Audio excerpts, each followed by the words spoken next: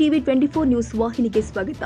ಕಿತ್ತೂರು ಶಾಸಕ ಬಾಬಾ ಸಾಹೇಬ್ ಪಾಟೀಲರೊಂದಿಗೆ ನಮ್ಮ ನ್ಯೂಸ್ ಸಮೂಹದ ರಾಜ್ಯ ಉಪಸಂಪಾದಕ ಬಸವರಾಜ ಚುಟುಕು ಸಂದರ್ಶನ ಮಾಡಿ ಮಾಜಿ ಸಚಿವ ಹಾಲಿ ಧಾರವಾಡ ಗ್ರಾಮೀಣ ಶಾಸಕ ವಿನಯ್ ಕುಲಕರ್ಣಿ ಬಗ್ಗೆ ಕೇಳಿದ ಪ್ರಶ್ನೆಗೆ ಉತ್ತರಿಸಿದ್ದಾರೆ.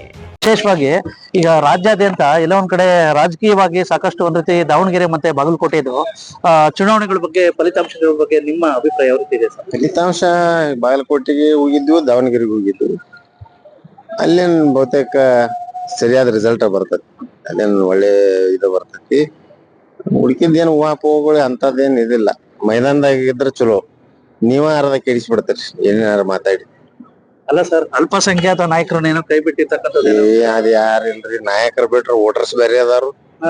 ನಾ ಬಿಟ್ರೆ ಪಾರ್ಟಿ ಮುಳಿಗೆ ಹೋಗ್ತಾನ, ಹಂಗೇನಿಲ್ಲ ಸರ್. ಇನ್ನೊಂದು ಕೊನೆ ಪ್ರಶ್ನೆ, ನೀವು MLA ಆಗೋದಕ್ಕಿಂತ ಮುಂಚೆ ಸಾಕಷ್ಟು ನಿಮ್ಗೆ ಕೈ ಹಿಡಿದಿರ್ತಕ್ಕಂಥವ್ರು ನಿಮ್ಮ ಸ್ನೇಹಿತ ಕುಚುಕು ದೋಸ್ತು ವಿನಯ್ ಕುಲಕರ್ಣಿ ಅವರು. ಎಲ್ಲ ಒಂದ್ ಕಡೆ ಪಾಪ ವಿನಯ್ ಕುಲಕರ್ಣಿ ಅವರ ಒಂದ್ ರೀತಿ ಕುಟುಂಬ ಈಗ ಸಾಕಷ್ಟು ಕ್ಲಿಷ್ಟಕರ ಪರಿಸ್ಥಿತಿಲಿದೆ. ತಾವು ಅವ್ರ ಜೊತೆ ನಿಂತ್ಕೋತೀರಾ ಕುಟುಂಬ? ಡೆಫಿನೆಟ್ಲಿ ನಿಂದಿರ್ಬೇಕಾಕತಿ. ಇದೇನ್ we are all childhood friends.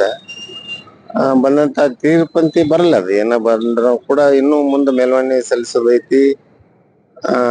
ನಮ್ಮ ಲೀಡರ್ಸ್ ಕೂಡ ಅದ್ರ ಪ್ರಕ್ರಿಯೆ ಒಳ್ಳೆ ರೀತಿಯಿಂದ ಕೊಟ್ಟಿದ್ದಾರೆ. ಅವ್ರ ಜೊತೆ ಇರ್ತೀವಿ, ತೊಂದ್ರೆ. ನೀವು MLA ಆಗ್ಬೇಕು ಅಂತ ಅವ್ರು ಕನ್ಸ್ಕೊಂಡಿದ್ರು ಸರ್? ಡೆಫಿನೆಟ್ಲಿ ಇಬ್ರು ಆಗ್ಬೇಕನ್ನೋ ಕನಸ್ಕೊಂಡಿದ್ವಿ, ಇಬ್ರು ಕೂಡ ಆಗಿದ್ವಿ. ಮತ್ತೆ ಸ್ವಲ್ಪ ಮುಂದಾದ ನಾವ್ ಹಿಂದ ಇದೀವಿ ಇಷ್ಟ. ಕನ್ನಡಿಗರ ಮೆಚ್ಚಿನ ನಿಮ್ಮ ಟಿವಿ 24 ಕನ್ನಡ ನ್ಯೂಸ್ ವಾಹಿನಿ ಇದೀಗ ಟಿವಿಯಲ್ಲಿ ಲಭ್ಯ.